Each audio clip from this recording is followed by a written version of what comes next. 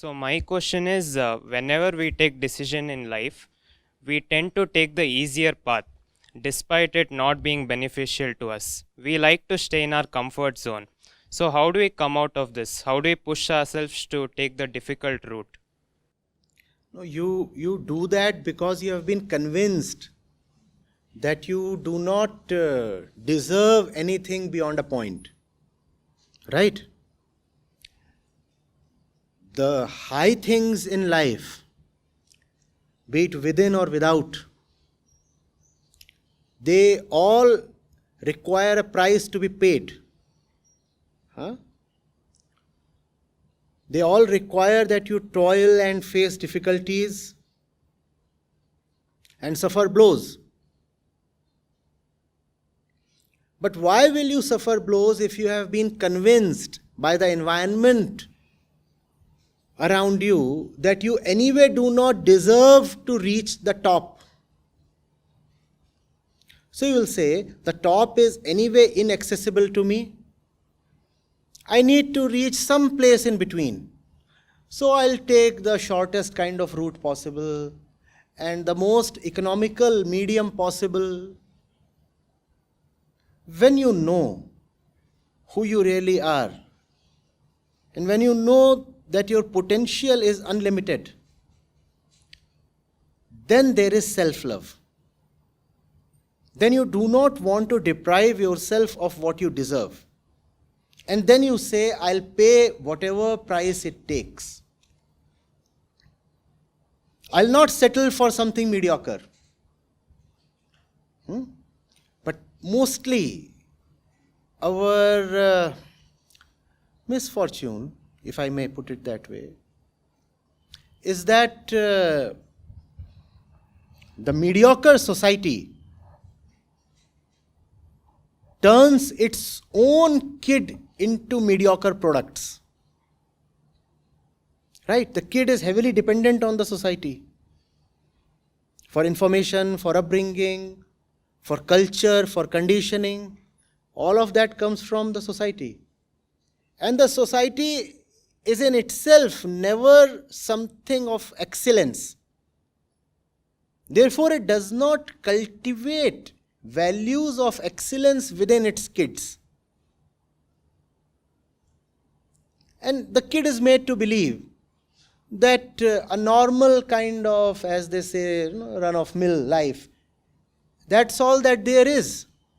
In fact, if you try to think big, then you are shown down. You are told to stay within your limits. No?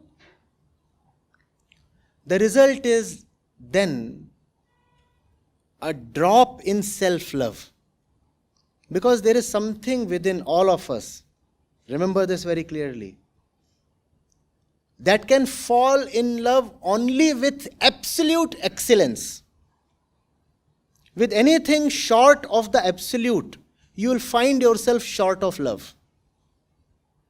That absolute is also what has been sometimes called as the truth or liberation or even God. That's the reason why religions have existed since ancient times. Because something in us just very madly loves the absolute. It cannot live without the absolute. In more personal terms, that absolute is your own personal possibility. Most of us do not love ourselves. In fact, if you look at the way we behave and take decisions, you will find that in a hidden way we hate ourselves. We are anti-life. We do things, don't we, that harm us. Somebody keeps on smoking. He knows smoking is bad, still he keeps on smoking. Somebody knows he must work hard and study or something, he does not do that. What is it? What is it? Somebody continues to bear in an abusive relationship and never drops out. Why do we do that? We keep on eating all kinds of unhealthy stuff. Why do we do that? Why Are all these things indicators of self-love? No, they are indicators of self-hate. Why do we hate ourselves? Because we have refused our highest possibility to ourselves. Whenever you will do that, you will hate yourself your entire life. Whenever you will refuse the highest to yourself, you will become guilty in your own eyes, and you will not be able to forgive yourself for that. And how can you love someone who can't even be pardoned? How can you love someone who is guilty of a very bad crime? So we don't love ourselves. We don't love ourselves. If you don't love yourself, why will you want to give yourself the best? Are we together on this? If you don't love yourself, why will you want to give yourself the best? You will settle for anything normal, usual, mediocre. You will say, but this is the way the world is. I'm an average bloke like everybody else. You can find some kind of false peace in calling yourself an average person. But that will be an inner death. Inwardly, what is it we all live for?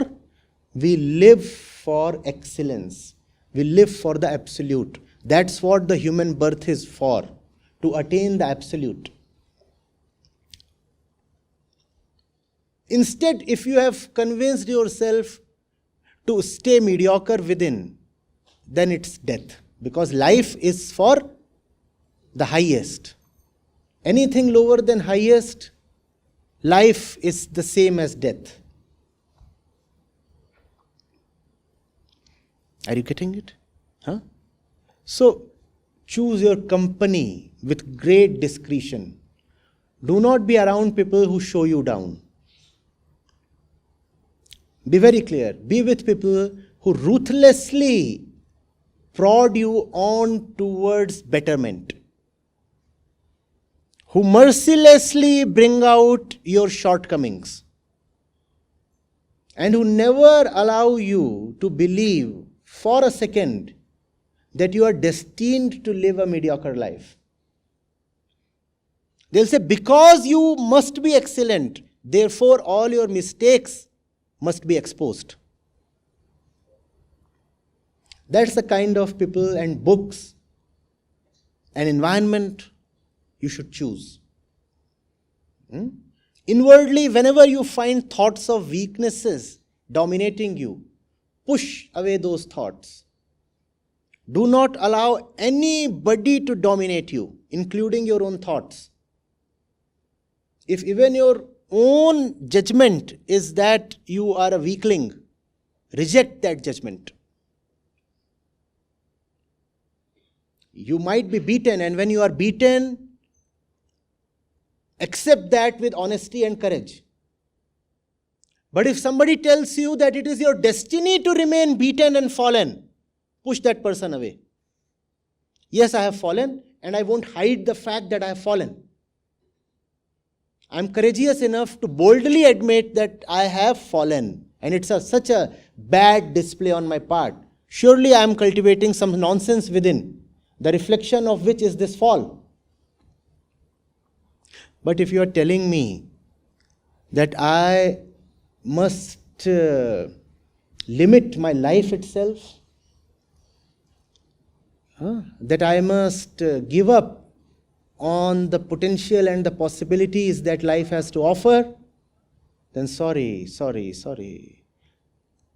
If I have to live in mediocrity, then I'll better not live. If I have to live in bondages, then life is not worth it. Getting it? See, it must be confusing because I'm saying both the things. On one hand, I say you have to be very honest about your mistakes. You must know that your mistakes reveal the fact of yourself. So they can't even be called as mistakes. On one hand, I'm saying that you must really know how ugly your face has become and how weak your inner self has become. On one hand, I'm saying that our fact is weakness. On the other hand, I'm saying our potential is greatness. Both these have to be remembered at the same time. If you remember only one of these, then there will be a problem. Remember both of these. Yes, I'm down and out at this moment, and I'll honestly admit that. But equally, I'll always remember that each human being is born for greatness. Greatness is my destiny. Never compromise on that greatness, never compromise on the destiny you are born for. Remember this always. Does that make sense?